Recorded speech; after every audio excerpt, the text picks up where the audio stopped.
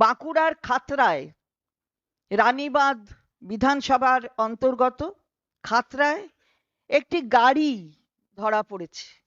গাড়িটি কি নিয়ে যাচ্ছিল? ৩-৪ হাজার ফর্ম। সেই ফর্ম হচ্ছে 7 নম্বর ফর্ম।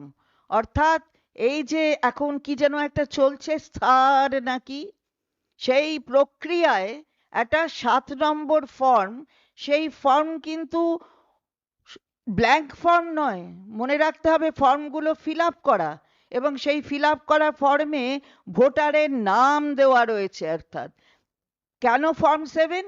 না, এই ভোটারের নামগুলো বোধহয় কাটতে হবে, না কেটে বাদ দিতে হবে। কেন? কারণ ওই যে 54 লক্ষ বাদ গেছে, তারপরে আবার লজিক্যাল ডিসক্রিপেন্সি, সেই সূত্র ধরে 1,36,00,000 বাদ দিতে হবে। এ বেশ ভালো একটা পরিকল্পনা, কিন্তু ধরা পড়ে গেছে। ধরা পড়ে গেছে 3 থেকে 4 হাজার ফর্ম, ফিল আপ করা ফর্ম। সেই ফর্ম ধরা পড়ে গেছে 5 জন বিজেপি কর্মী নিয়ে যাচ্ছিলেন। তার মধ্যে 2 জন ধরা পড়েছেন, 3 জন পালিয়ে গেছেন।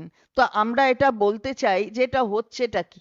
এইখানে এই ধরনের খেলা আর কতদিন এইভাবে আপনারা চালাবেন? 3 জন পালিয়ে গেছে, তাদের নামে এফআইআর করা হয়েছে এবং ইনভেস্টিগেশন নিশ্চিতভাবে হবে।